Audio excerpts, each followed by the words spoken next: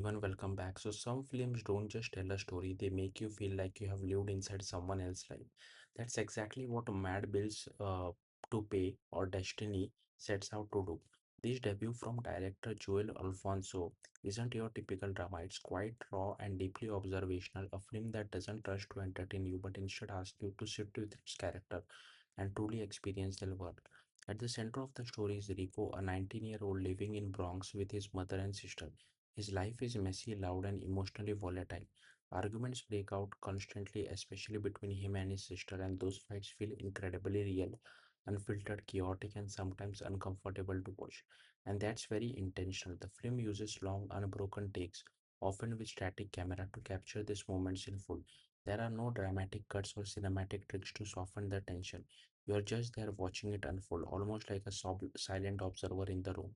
It creates a unique feeling. You are both close to the characters and distant at the same time, and because of that, everything feels more authentic.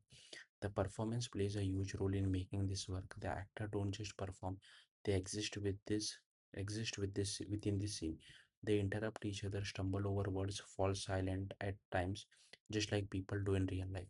There's a rawness here that's hard to fake. The sibling dynamic in particular stands out. Rico and his sister can go from screaming at each other one moment to sharing a quite tender interaction the next.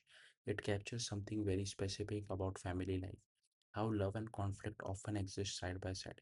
But the story takes a major turn when Rico learns that his girlfriend Destiny is pregnant. Suddenly, everything changes.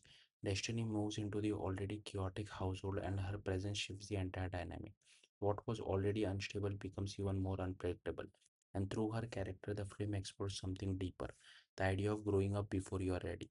While Rico struggles to process the situation, Destiny begins to adapt. She quietly takes on the emotional weight of what's happening, realizing that she may have been the more responsible one moving forward. It's subtle but powerful shift. Visually, the film continues to experiment. There are moments where the camera is literally moved within the scene, knocked off center by a character, which forces us to see things differently. It's a small detail, but it reflects a bigger idea.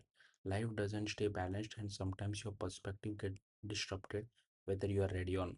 The pacing also adds to that unpredictability. Even though the story is told in a linear way, you never quite know when a scene will end. A calm moment can suddenly cut to something tense and vice versa. That rhythm mirrors the character's life, unstable and uncertain and constantly shifting. And that's really what this film is about. It's not just about one event or one conflict, it's about the experience of living in that space, about growing up in an environment where emotions run high, where dreams feel distant, and where responsibilities show up before you are prepared for it. What makes the film stand out is how it invites you into that experience. It doesn't judge its character, it doesn't try to simplify the struggle. Instead, it asks you to observe, to listen, and to sit with the reality, even when it's uncomfortable. And that might not be for everyone. This isn't a fast paced or traditionally entertaining film.